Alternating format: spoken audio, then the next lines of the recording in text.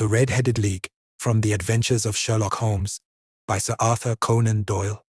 I had called upon my friend, Mr. Sherlock Holmes, one day in the autumn of last year, and found him in deep conversation with a very stout, florid-faced, elderly gentleman with fiery red hair.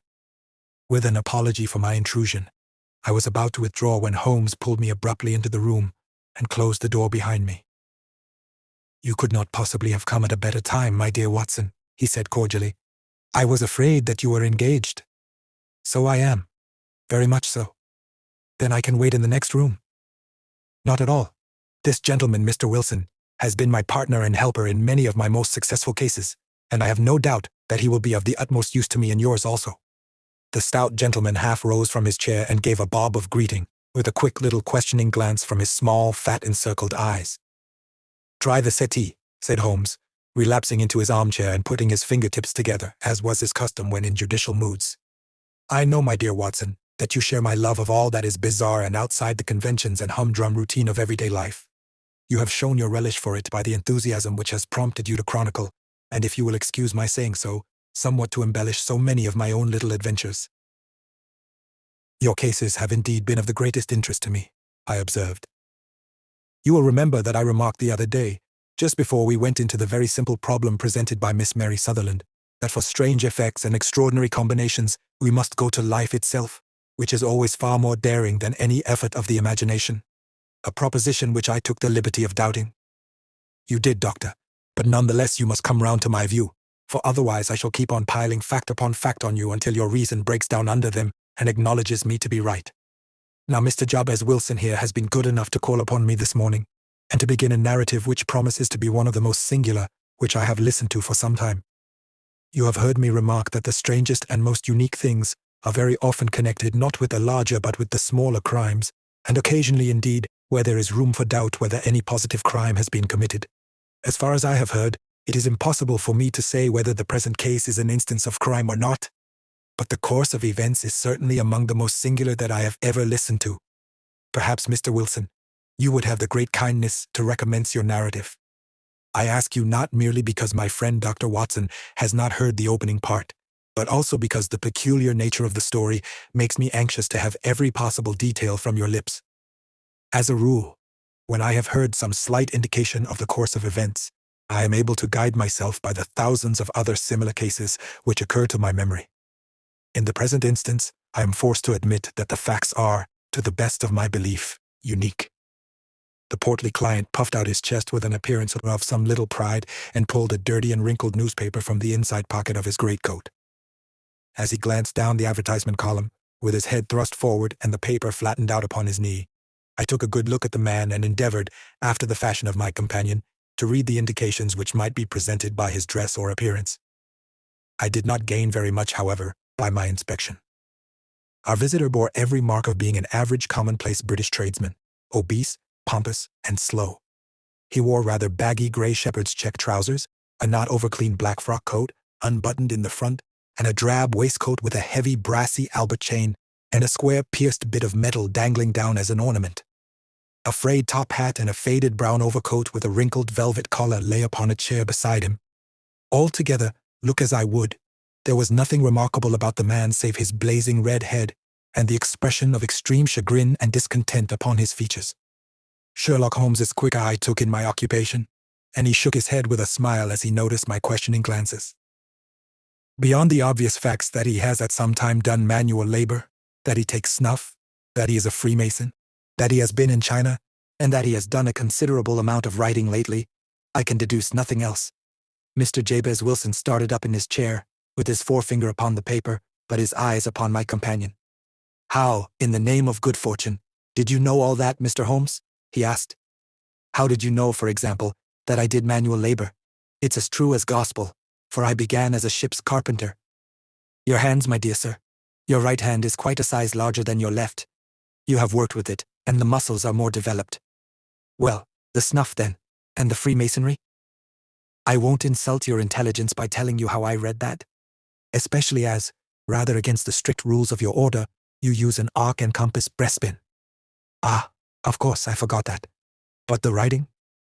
What else can be indicated by that right cuff so very shiny for 5 inches, and the left one with the smooth patch near the elbow where you rested upon the desk. Well, but China? The fish that you have tattooed immediately above your right wrist could only have been done in China. I have made a small study of tattoo marks and have even contributed to the literature of the subject. That trick of staining the fish's scales of a delicate pink is quite peculiar to China. When in addition I see a Chinese coin hanging from your watch chain, the matter becomes even more simple. Mr. Jabez Wilson laughed heavily. Well, I never, said he. I thought at first that you had done something clever, but I see that there was nothing in it after all. I begin to think, Watson, said Holmes, that I make a mistake in explaining. Omne ignotum pro magnifico, you know, and my poor little reputation, such as it is, will suffer shipwreck if I am so candid. Can you not find the advertisement, Mr. Wilson? Yes, I have got it now, he answered with his thick red finger planted halfway down the column. Here it is. This is what began it all. You just read it for yourself, sir. I took the paper from him and read as follows. To the Red-Headed League. On account of the bequest of the late Ezekiel Hopkins, of Lebanon, Pennsylvania, USA, there is now another vacancy open which entitles a member of the League to a salary of $4 a week for purely nominal services. All red-headed men who are sound in body and mind and above the age of 21 years are eligible. Apply in person on Monday at 11 o'clock to Duncan Ross at the offices of the League, 7 Pope's Court, Fleet Street. What on earth does this mean? I ejaculated after I had twice read over the extraordinary announcement. Holmes chuckled and wriggled in his chair, as was his habit when in high spirits. It is a little off the beaten track, isn't it? Said he. And now, Mr. Wilson, off you go at scratch and tell us all about yourself, your household, and the effect which this advertisement had upon your fortunes. You'll first make a note, Doctor, of the paper and the date. It is the Morning Chronicle of April 27th, 1890. Just 2 months ago. Very good. Now, Mr. Wilson. Well, it is just as I have been telling you, Mr. Sherlock Holmes, said Jabez Wilson, mopping his forehead. I have a small pawnbroker's business at Coburg Square near the city. It's not a very large affair, and of late years it has not done more than just give me a living. I used to be able to keep 2 assistants, but now I only keep 1, and I would have a job to pay him, but that he is willing to come for half wages so as to learn the business. What is the name of this obliging youth? Asked Sherlock Holmes. His name is Vincent Spaulding, and he's not such a youth either. It's hard to say his age. I should not wish a smarter assistant, Mr. Holmes, and I know very well that he could better himself and earn twice what I'm able to give him. But after all, if he is satisfied, why should I put ideas in his head? Why, indeed? You seem most fortunate in having an employee who comes under the full market price. It is not a common experience among employers in this age. I don't know that your assistant is not as remarkable as your advertisement. Oh, he has his faults too, said Mr. Wilson. Never was such a fellow for photography, snapping away with a camera when he ought to be improving his mind, and then diving down into the cellar like a rabbit into its hole to develop his pictures. That is his main fault, but on the whole he's a good worker. There's no vice in him. He is still with you, I presume? Yes, sir. He and a girl of 14, who does a bit of simple cooking and keeps the place clean. That's all I have in the house, for I'm a widower and never had any family. We live very quietly, sir, the 3 of us, and we keep a roof over our heads and pay our debts, if we do nothing more. The first thing that put us out was that advertisement. Spaulding, he came down into the office just this day 8 weeks, with this very paper in his hand, and he says, I wish to the Lord, Mr. Wilson, that I was a red-headed man. Why that? I asks. Why, says he, here's another vacancy on the League of the Red-Headed Men. It's worth quite a little fortune to any man who gets it, and I understand that there are more vacancies than there are men, so that the trustees are at their wits' end what to do with the money. If my hair would only change color, here's a nice little crib all ready for me to step into. Why, what is it then? I asked. You see, Mr. Holmes, I am a very stay-at-home man, and as my business came to me instead of my having to go to it, I was often weeks on end without putting my foot over the doormat. In that way I didn't know much of what was going on outside, and I was always glad of a bit of news. Have you never heard of the League of the Red-Headed Men? He asked with his eyes open. Never. Why, I wonder at that, for you are eligible yourself for one of the vacancies. And what are they worth? I asked. Oh, merely a couple of $100 a year, but the work is slight and it need not interfere very much with one's other occupations.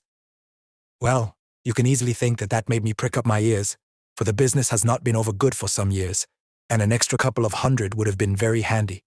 Tell me all about it, said I. Well, said he, showing me the advertisement, You can see for yourself that the league has a vacancy. And there is the address where you should apply for particulars. As far as I can make out, the league was founded by an American millionaire, Ezekiah Hopkins, who was very peculiar in his ways. He was himself red-headed, and he had a great sympathy for all red-headed men. So when he died, it was found that he had left his enormous fortune in the hands of trustees, with instructions to apply the interest to the providing of easy berths to men whose hair is of that color. From all I hear, it is splendid pay and very little to do. But, said I, there would be millions of red-headed men who would apply. Not so many as you might think, he answered. You see, it is really confined to Londoners and to grown men. This American had started from London when he was young, and he wanted to do the old town a good turn. Then again, I have heard it is no use your applying if your hair is light red or dark red or anything but real bright, blazing, fiery red. Now, if you cared to apply, Mr. Wilson, you would just walk in, but perhaps it would hardly be worth your while to put yourself out of the way for the sake of a few £100. Now, it is a fact, gentlemen, as you may see for yourselves, that my hair is of a very full and rich tint, so that it seemed to me that if there was to be any competition in the matter, I stood as good a chance as any man that I had ever met. Vincent Spaulding seemed to know so much about it that I thought he might prove useful, so I just ordered him to put up the shutters for the day and to come right away with me. He was very willing to have a holiday, so we shut the business up and started off for the address that was given us in the advertisement. I never hope to see such a sight as that again, Mr. Holmes. From north, south, east, and west, every man who had a shade of red in his hair had tramped into the city to answer the advertisement. Fleet Street was choked with red-headed folk, and Pope's Court looked like a coster's orange barrow. I should not have thought there were so many in the whole country as were brought together by that single advertisement. Every shade of color they were: straw, lemon, orange, brick, Irish setter, liver, clay. But as Spaulding said, there were not many who had the real vivid flame-colored tint. When I saw how many were waiting, I would have given it up in despair, but Spaulding would not hear of it. How he did it I could not imagine, but he pushed and pulled and butted until he got me through the crowd, and right up to the steps which led to the office.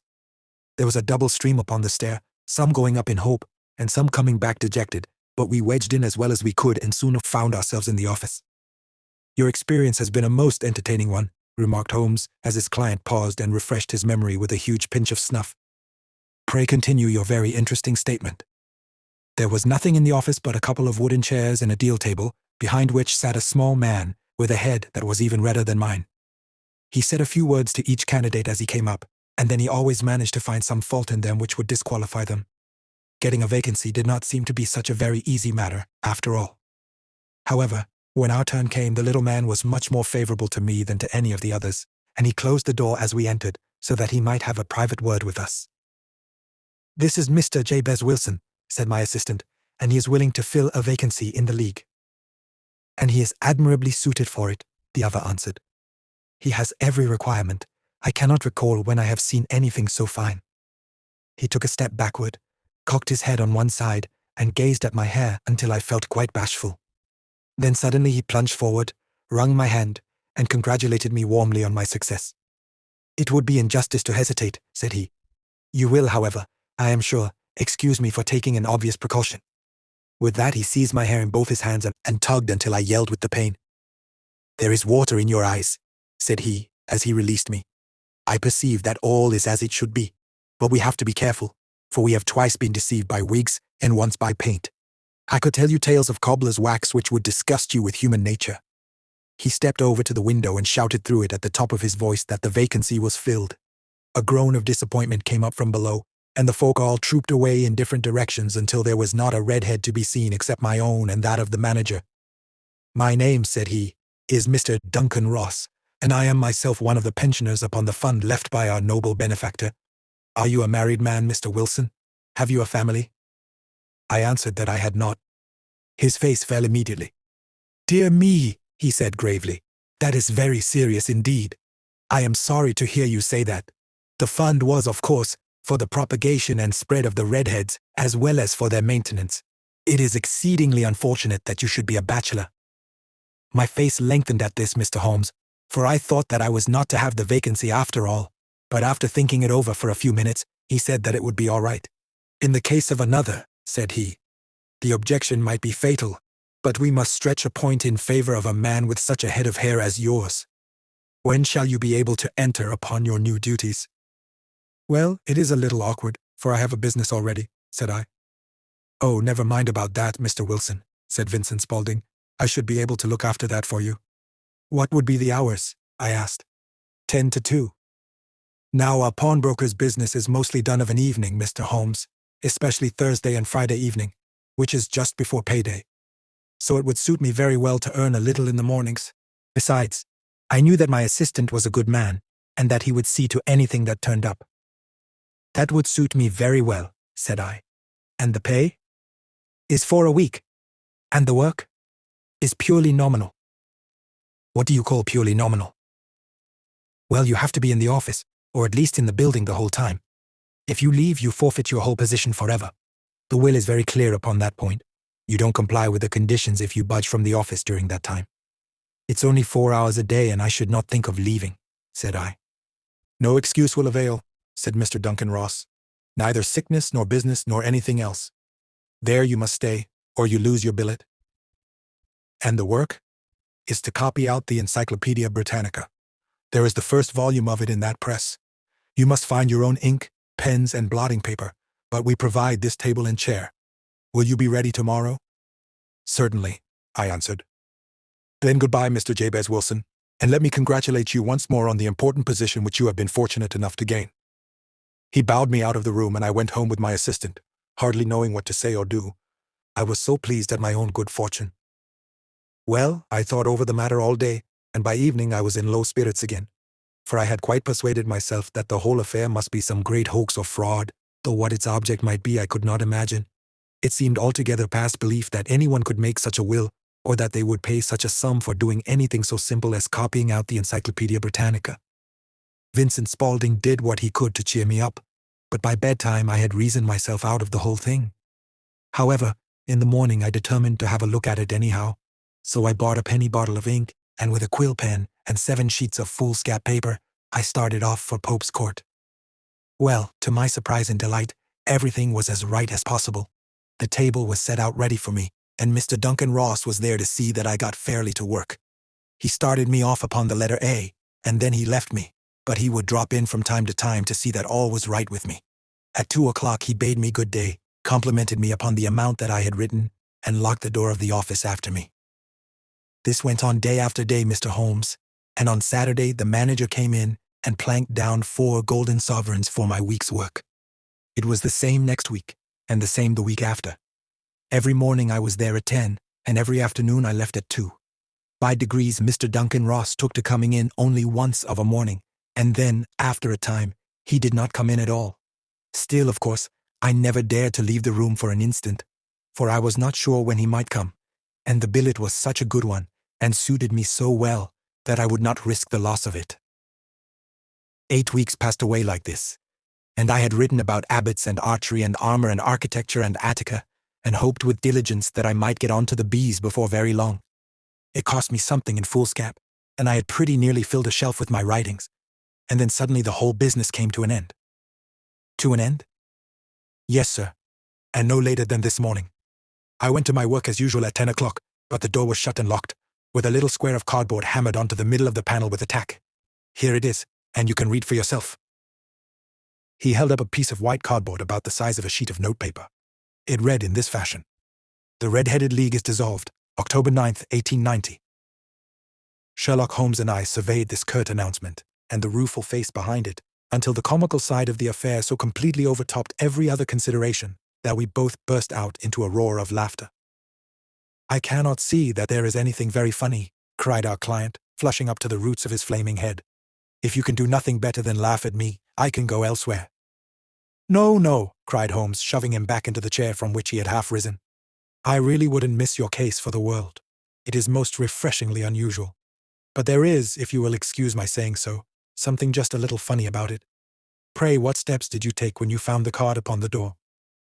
I was staggered, sir. I did not know what to do. Then I called at the offices round, but none of them seemed to know anything about it. Finally, I went to the landlord, who is an accountant living on the ground floor, and I asked him if he could tell me what had become of the Red-Headed League. He said that he had never heard of any such body. Then I asked him who Mr. Duncan Ross was. He answered that the name was new to him. Well, said I. The gentleman at number 4. What, the red-headed man? Yes. Oh, said he. His name was William Morris. He was a solicitor and was using my room as a temporary convenience until his new premises were ready. He moved out yesterday. Where could I find him? Oh, at his new offices. He did tell me the address. Yes, 17 King Edward Street, near St. Paul's. I started off, Mr. Holmes, but when I got to that address, it was a manufactory of artificial kneecaps, and no one in it had ever heard of either Mr. William Morris or Mr. Duncan Ross. And what did you do then? Asked Holmes. I went home to Saxe Coburg Square, and I took the advice of my assistant. But he could not help me in any way. He could only say that if I waited I should hear by post. But that was not quite good enough, Mr. Holmes. I did not wish to lose such a place without a struggle. So, as I had heard that you were good enough to give advice to poor folk who were in need of it, I came right away to you. And you did very wisely, said Holmes. Your case is an exceedingly remarkable one, and I shall be happy to look into it. From what you have told me, I think that it is possible that graver issues hang from it than might at first sight appear. Grave enough, said Mr. Jabez Wilson. Why, I have lost £4 a week. As far as you are personally concerned, remarked Holmes, I do not see that you have any grievance against this extraordinary leak. On the contrary, you are, as I understand, richer by some 30, to say nothing of the minute knowledge which you have gained on every subject which comes under the letter A. You have lost nothing by them. No, sir, but I want to find out about them, and who they are, and what their object was in playing this prank, if it was a prank, upon me. It was a pretty expensive joke for them, for it cost them £32. We shall endeavor to clear up these points for you. And first, 1 or 2 questions, Mr. Wilson. This assistant of yours, who first called your attention to the advertisement, how long had he been with you? About a month then. How did he come? In answer to an advertisement. Was he the only applicant? No, I had a dozen. Why did you pick him? Because he was handy and would come cheap. At half wages, in fact. Yes. What is he like, this Vincent Spaulding? Small, stout-built, very quick in his ways. No hair on his face, though he's not short of 30. Has a white splash of acid upon his forehead. Holmes sat up in his chair in considerable excitement. I thought as much, said he. Have you ever observed that his ears are pierced for earrings? Yes, sir. He told me that a gypsy had done it for him when he was a lad. Hum, said Holmes, sinking back in deep thought. He is still with you? Oh, yes, sir. I've only just left him. And has your business been attended to in your absence? Nothing to complain of, sir. There's never very much to do of a morning. That will do, Mr. Wilson. I shall be happy to give you an opinion upon the subject in the course of a day or 2. Today is Saturday, and I hope that by Monday we may come to a conclusion. Well, Watson, said Holmes when our visitor had left us, what do you make of it all? I make nothing of it, I answered frankly. It is a most mysterious business. As a rule, said Holmes, the more bizarre a thing is, the less mysterious it proves it to be. It is your commonplace, featureless crimes which are really puzzling, just as a commonplace face is the most difficult to identify. But I must be prompt over this matter. What are you going to do then? I asked.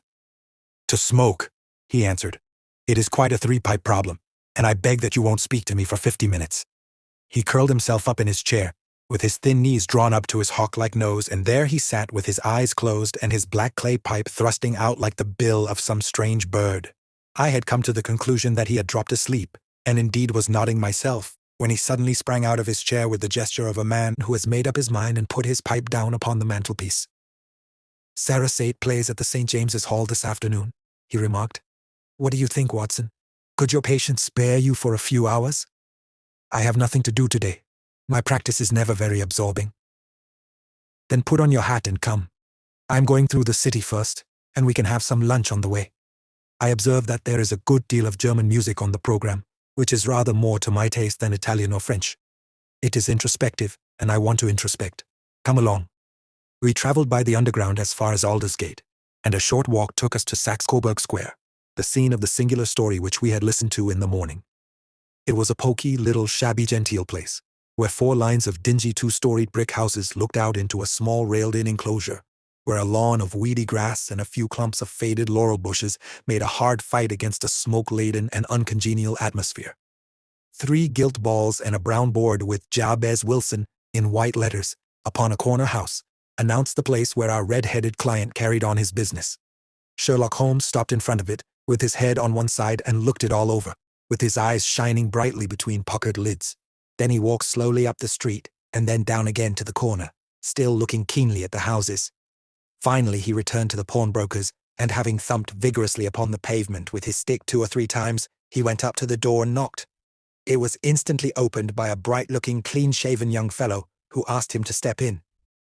"Thank you," said Holmes. "I only wished to ask you how you would go from here to the Strand." "Third right, fourth left," answered the assistant promptly, closing the door. "Smart fellow that," observed Holmes as we walked away.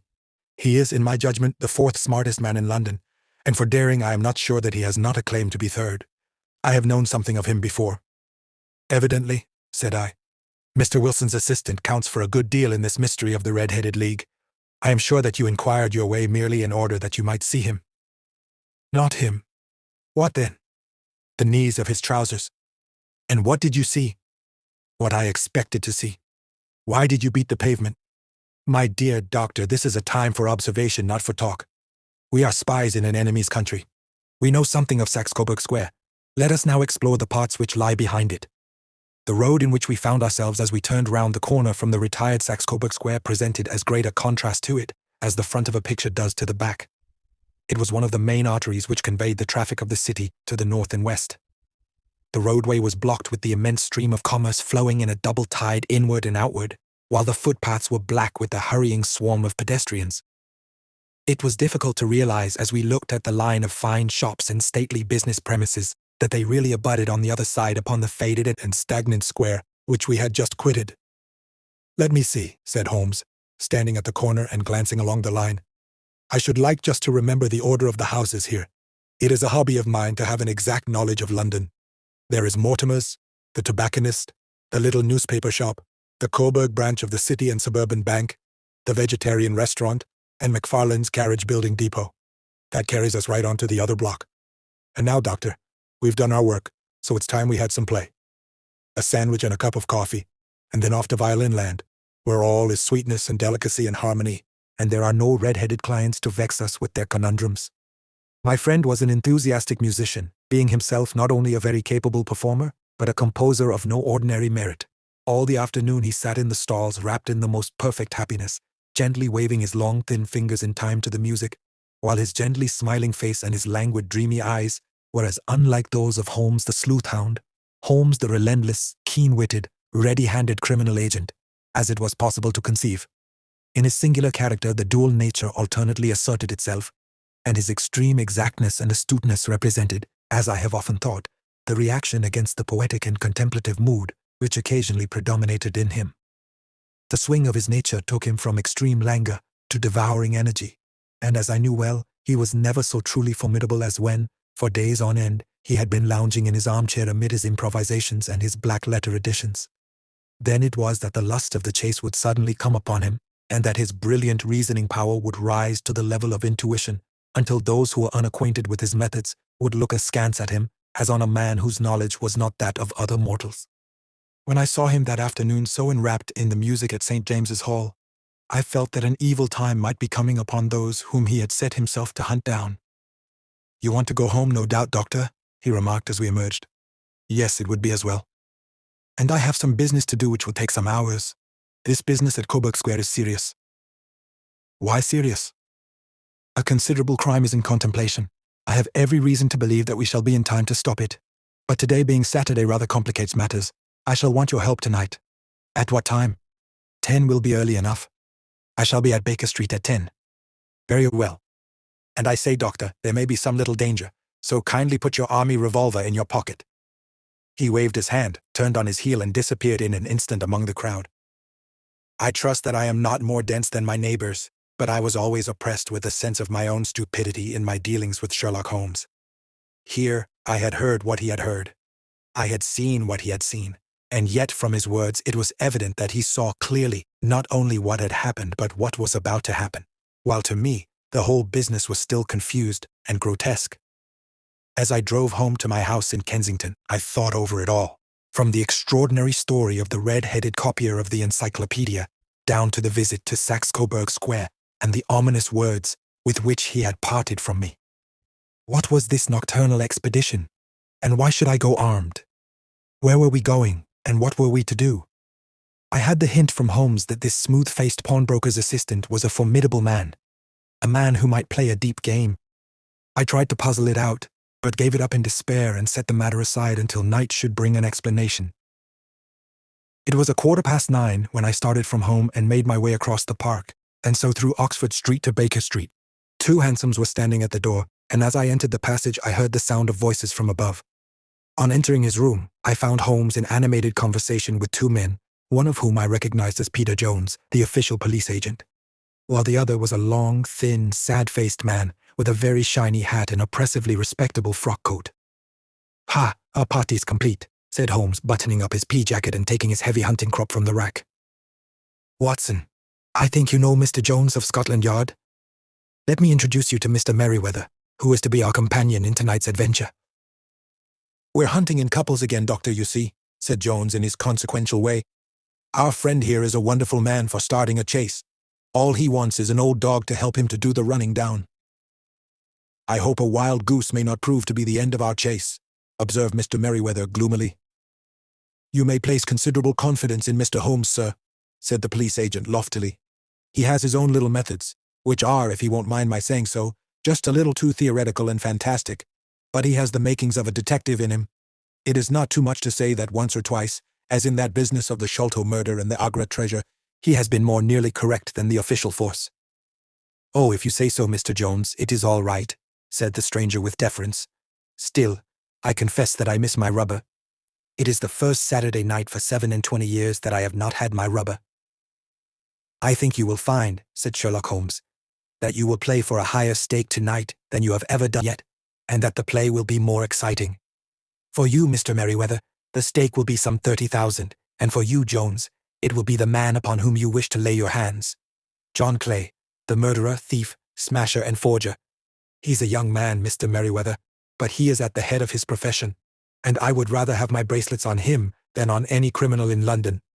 He's a remarkable man, is young John Clay. His grandfather was a royal duke, and he himself has been to Eton and Oxford. His brain is as cunning as his fingers, and though we meet signs of him at every turn, we never know where to find the man himself. He'll crack a crib in Scotland one week and be raising money to build an orphanage in Cornwall the next.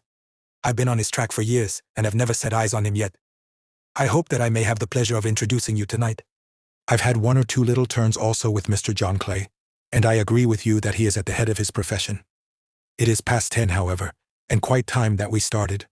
If you two will take the first hansom, Watson and I will follow in the second." Sherlock Holmes was not very communicative during the long drive and lay back in the cab, humming the tunes which he had heard in the afternoon. We rattled through an endless labyrinth of gas-lit streets until we emerged into Farrington Street. "We are close there now," my friend remarked. "This fellow Merriweather is a bank director, and personally interested in the matter. I thought it as well to have Jones with us also. He is not a bad fellow, though an absolute imbecile in his profession. He has one positive virtue. He is as brave as a bulldog and as tenacious as a lobster if he gets his claws upon anyone. Here we are, and they are waiting for us."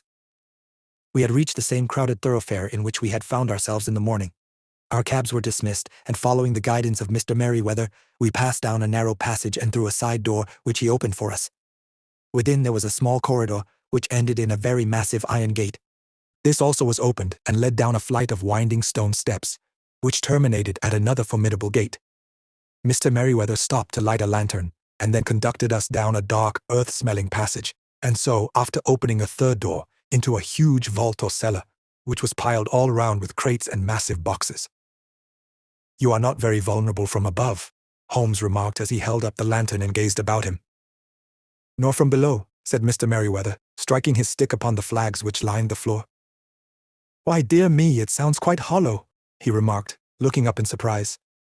"I must really ask you to be a little more quiet," said Holmes severely. "You have already imperiled the whole success of our expedition. Might I beg that you would have the goodness to sit down upon one of those boxes, and not to interfere?"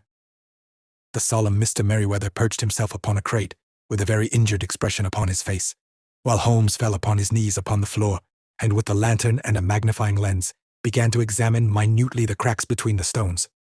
A few seconds sufficed to satisfy him, for he sprang to his feet again and put his glass in his pocket. "We have at least an hour before us," he remarked, "for they can hardly take any steps until the good pawnbroker is safely in bed. Then they will not lose a minute, for the sooner they do their work, the longer time they will have for their escape. We are at present, Doctor, as no doubt you have divined, in the cellar of the city branch of one of the principal London banks. Mr. Merriweather is the chairman of directors, and he will explain to you that there are reasons why the more daring criminals of London should take a considerable interest in this cellar at present. It is our French gold, whispered the director. We have had several warnings that an attempt might be made upon it. Your French gold? Yes. We had occasion some months ago to strengthen our resources and borrowed for that purpose 30,000 Napoleons from the Bank of France. It has become known that we have never had occasion to unpack the money, and that it is still lying in our cellar. The crate upon which I sit contains 2,000 Napoleons packed between layers of lead foil. Our reserve of bullion is much larger at present than is usually kept in a single branch office, and the directors have had misgivings upon the subject. Which were very well justified, observed Holmes. And now it is time that we arranged our little plans. I expect that within an hour matters will come to a head. In the meantime, Mr. Merriweather, we must put the screen over that dark lantern. And sit in the dark? I am afraid so. I had brought a pack of cards in my pocket, and I thought that, as we were a party carry, you might have your rubber after all. But I see that the enemy's preparations have gone so far that we cannot risk the presence of a light. And first of all, we must choose our positions. These are daring men, and though we shall take them at a disadvantage, they may do us some harm unless we are careful. I shall stand behind this crate, and do you conceal yourselves behind those. Then, when I flash a light upon them, close in swiftly. If they fire, Watson, have no compunction about shooting them down. I placed my revolver, cocked, upon the top of the wooden case behind which I crouched. Holmes shot the slide across the front of his lantern and left us in pitch darkness, such an absolute darkness as I have never before experienced. The smell of hot metal remained to assure us that the light was still there, ready to flash out at a moment's notice. To me, with my nerves worked up to a pitch of expectancy, there was something depressing and subduing in the sudden gloom, and in the cold, dank air of the vault.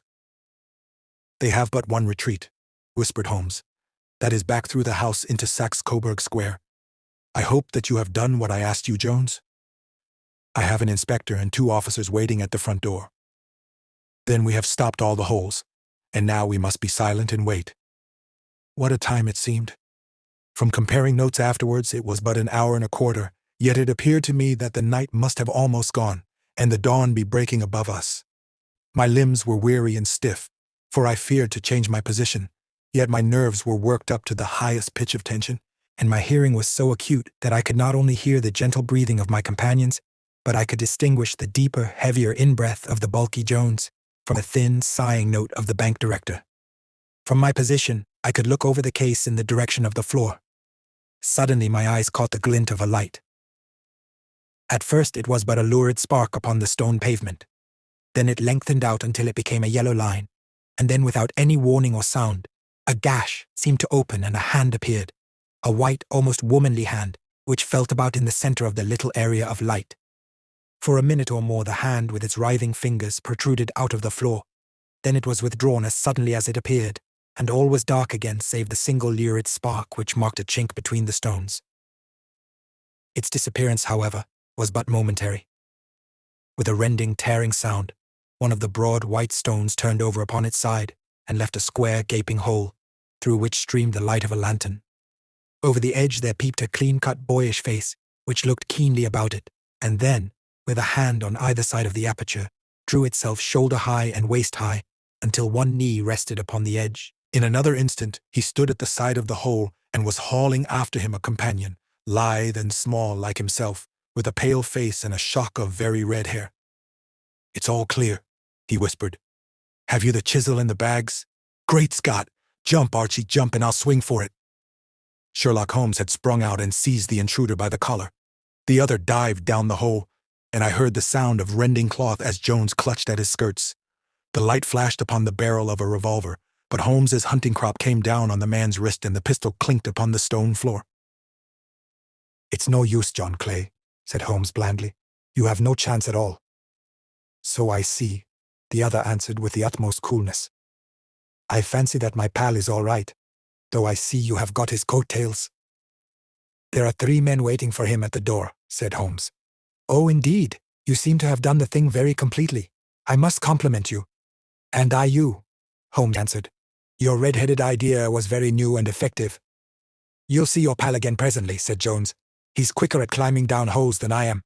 Just hold out while I fix the derbies. I beg that you will not touch me with your filthy hands, remarked our prisoner as the handcuffs clattered upon his wrists. You may not be aware that I have royal blood in my veins. Have the goodness also, when you address me, always to say sir and please. All right, said Jones with a stare and a snigger. Well, would you please, sir, march upstairs, where we can get a cab to carry your highness to the police station? That is better, said John Clay serenely. He made a sweeping bow to the three of us and walked quietly off in the custody of the detective. Really, Mr. Holmes, said Mr. Merriweather as we followed them from the cellar, I do not know how the bank can thank you or repay you. There is no doubt that you have detected and defeated in the most complete manner one of the most determined attempts at bank robbery that have ever come within my experience. I have had 1 or 2 little scores of my own to settle with Mr. John Clay, said Holmes. I have been at some small expense over this matter, which I shall expect the bank to refund.